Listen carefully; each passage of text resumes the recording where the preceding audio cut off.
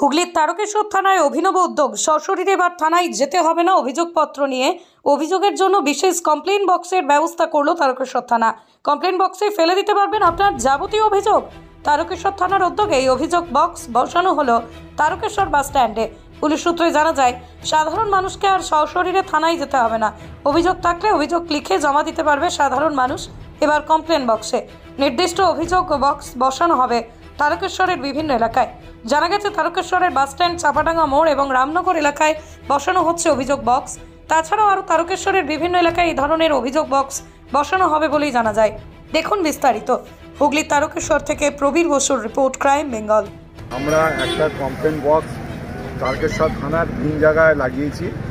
একটা তার মধ্যে আমরা তারকেশ্বর বাস স্ট্যান্ডে লাগিয়েছি। যদি কোনো ব্যক্তি তারকেশ্বর থানায় না যেতে পারেন বা সে তার নাম অনিচ্ছুক প্রকাশে, ঠিকানা প্রকাশে অনিচ্ছুক থাকে, তাহলে তারা এই ড্রপ বক্সে আমাদের অভিযোগপত্রগুলো জমা করবে।